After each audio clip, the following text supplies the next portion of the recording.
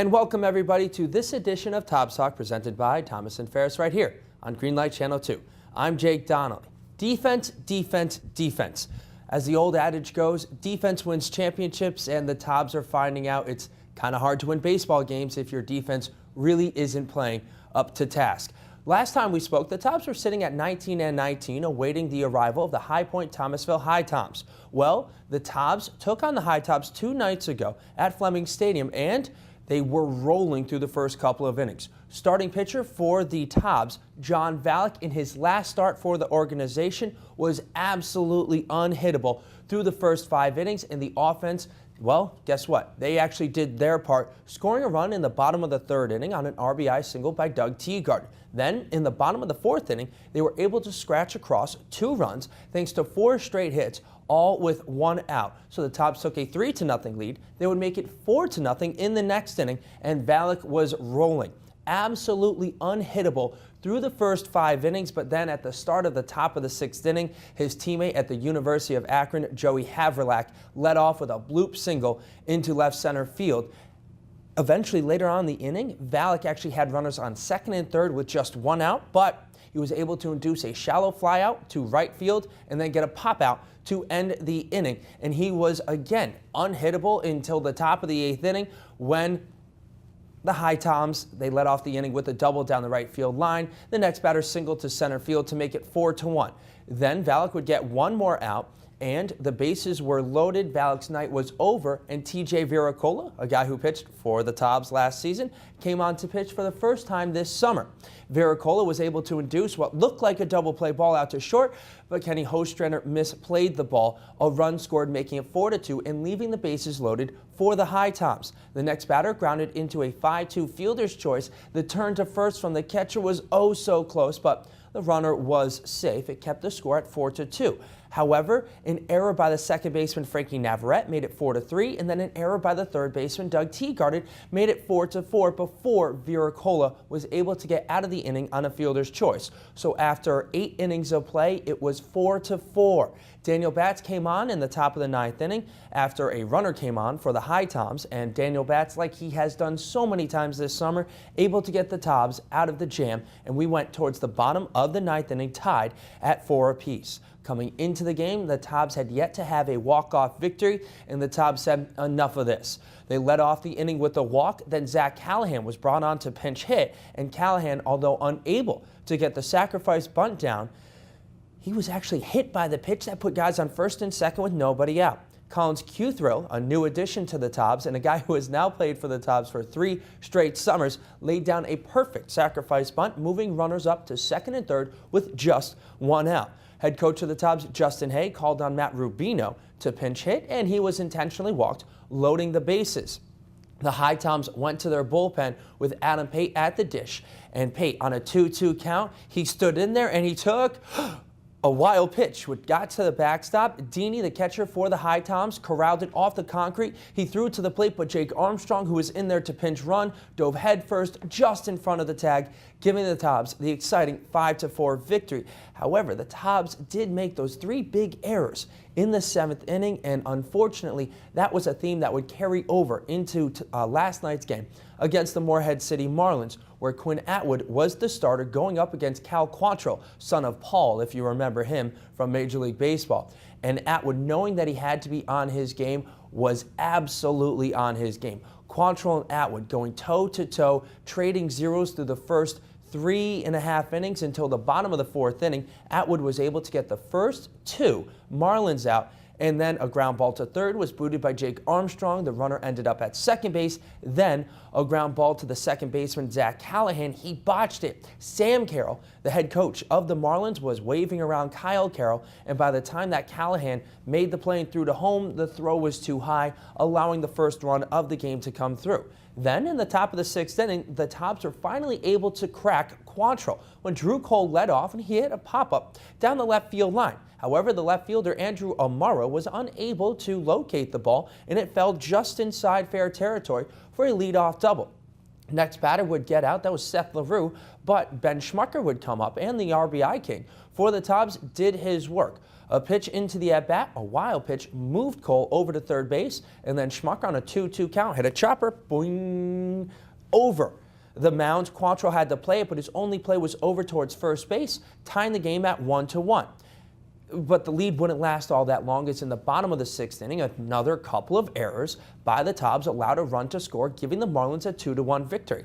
A 2-1 lead. It would stay 2-1 in favor of the Marlins until the bottom of the 7th inning, when things just really imploded.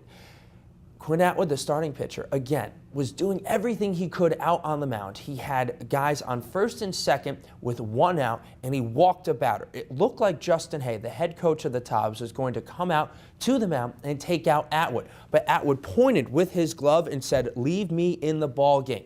He was rewarded with a strikeout of the next batter, and then a ground ball to third base. Looked like the Tobs were going to get out of the inning, but Jake Armstrong booted the ball, and then the inning really just unraveled from there. Dalton Britt came up, hit a ground ball through the hole on the left side, driving in 2 runs. Atwood's night was over. Rankin Pope came up in the 4-1 ball game with the bases loaded, and it looked like he dropped a curveball right into the strike zone, but it wasn't called for a strike, even though it looked like it was right down the heart of the plate. Bad luck for the Tobs, and the Marlins just continued to pour it on, eventually scoring 6 runs in the inning to take an 8-1 lead.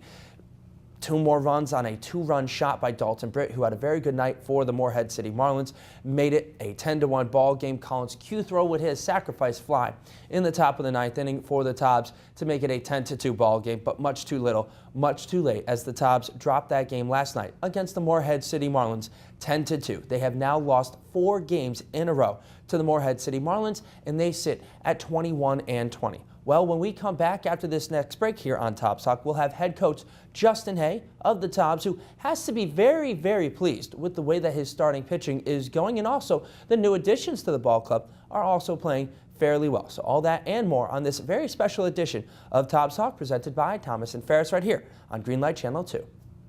And welcome back, everybody, to this edition of Tobs Talk. Tobs Talk is presented by Thomas and Ferris right here on Greenlight Channel 2. I'm Jake Donnelly, and joining me right now is head coach of the Tobs, Justin Hay. And Justin, the starters have been absolutely tremendous for you guys. Last 5 starts, going 31 1/3 innings, allowing just 5 earned runs. And last night's starter, Quinn Atwood, went 6 2/3, and yet was unable to get the win. But we talked about the last time he had his start. His problem was really trying to pace himself. Did you see any of that in last night's start against the Marlins? No, I mean, last night Quinn went out and, from the very beginning was 100%, went after batters, was in the zone, did a great job. Really deserved a better fate towards the end of the game, but that's baseball. He's working on his craft, and he's getting a lot better at it. He's done very good this summer for us.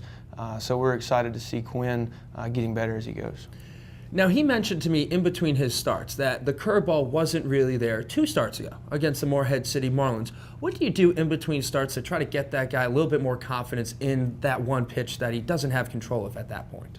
Well, you just throw it. I mean, you just throw it a lot between starts and get used to it. Just trying to find the release point and the arm angle again. And that's what we did. We went down to the bullpen and just let him throw it a few times and get some confidence back in it, and just challenge him to go out there and do it again. That's, sometimes those pitches aren't there, and that happens. So it wasn't something that he was really down about. He just knew that it wasn't there that night, and he knew that it had been there in the past, so it wasn't really anything to freak out about. So he went down and worked on it, and when he went back out there, it was working last night, so it really helped him. And the Tobs roster, it has a couple of new faces to it, and one of them is TJ Viracola, a guy who pitched for the Tobs last summer, and 2 nights ago, you really threw him right into the fire. A lot of guys on base, actually bases loaded against the High Point Thomasville High Toms. Is that just a philosophy of yours because you want to see what the kid's made out of?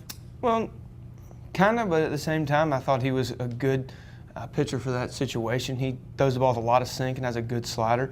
I mean, we've seen him before this year. He has pitched against us this year in the first exhibition game. So, I knew what he had. I knew the stuff he had. He's pitched at Fleming Stadium in front of the Tobs fans before, so I didn't think there would be too much needing to get used to for him. So I felt like it was a good spot to put him in, and he did a great job doing what I needed him to do. Came in and got some ground balls, and we were able to get out of the inning eventually after some miscues, but kept us close and was actually a tie ball game when we exited the game. So that's good. Yeah, exited the inning tied at 4 apiece, and then got the first walk-off win of the season on a wild pitch. And part of that inning, where you were able to move guys from first and second with nobody out to second and third with 1 out, was a nice sacrifice bunt by Collins Cuthro. Now that's a guy you're very familiar with. First off, he's played a couple of seasons with the Tobs, but he also played at Barton College. What does he do so well? Collins is just a very experienced baseball player. He's going to be a fifth-year senior next year. He's moving on to a new school due to an injury this year. While he was at Barton, he graduated. But he's just been around the game. He's comfortable playing in Fleming Stadium.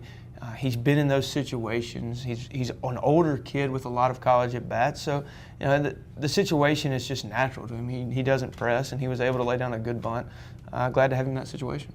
All right, and tonight's game against the Petersburg Generals, a 7:05 start. It's the Diggin in the Diamond promotion presented by Saslow's Jewelers. You can win one of 75 Camellia bracelets if you just go in and dig, but of course you have to get one of those Diggin spoons at Saslow's Jewelers. 75 Camellia bracelets. Well, when we come back, we will have Margaret Johnson from Saslow's Jewelers to talk a little bit more about those Camellia bracelets and just exactly how you can get them and what you have to do in order to kind of make your lady friends a little bit happy if you're a guy out there. All that and more on this edition of Tobs Talk presented by Thomas and Ferris right here on Greenlight Channel 2.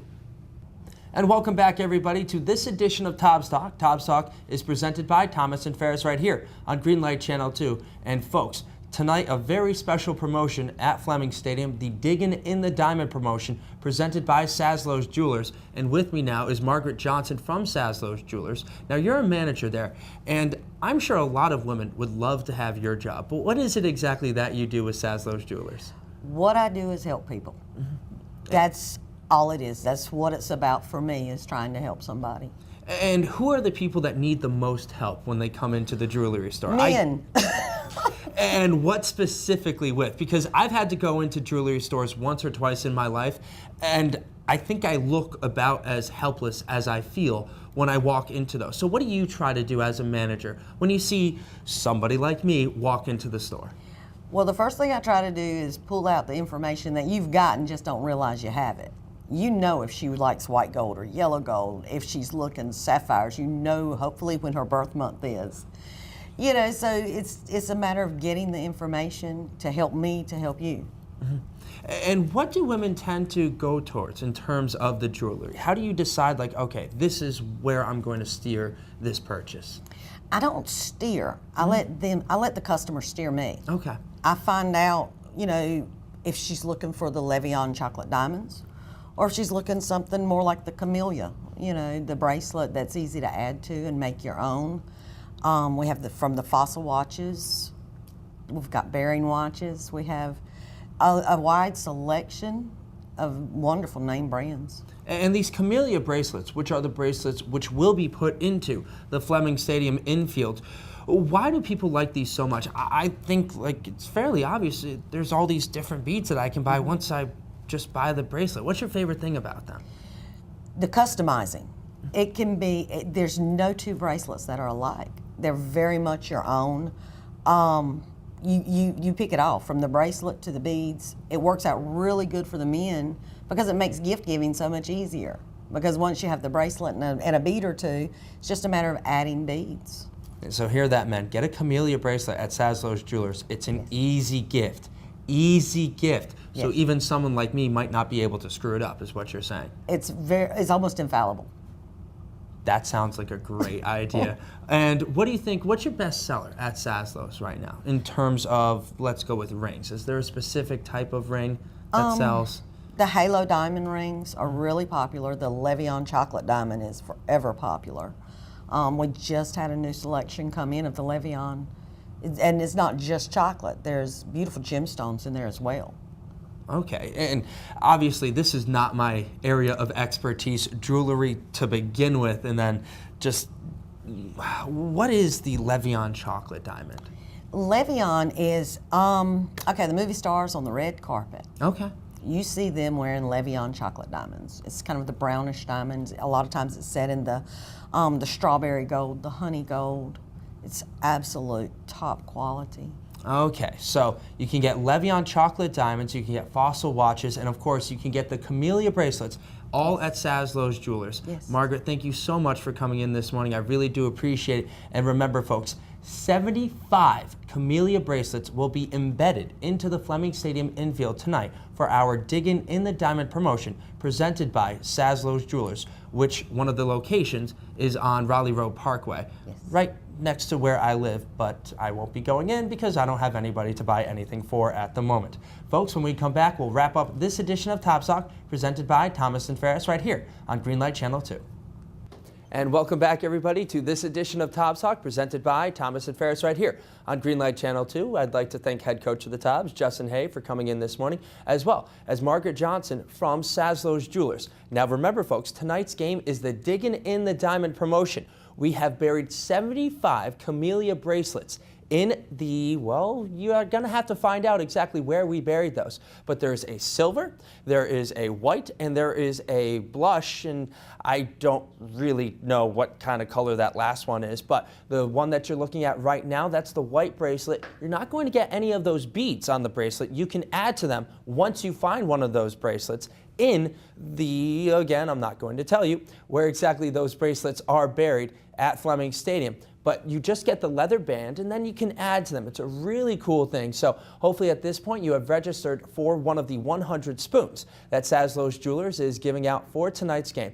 Remember, make sure you get there bright and early because gates are going to open a little bit earlier today. Game time is at 7:05 against the Petersburg Generals. The Diggin in the Diamond promotion. We are giving away 75 camellia bracelets. Of course, you do have to go out and find those bracelets and dig for those bracelets, and know if you're taking a very close look at the bracelet currently on the screen right now, that is not my hand.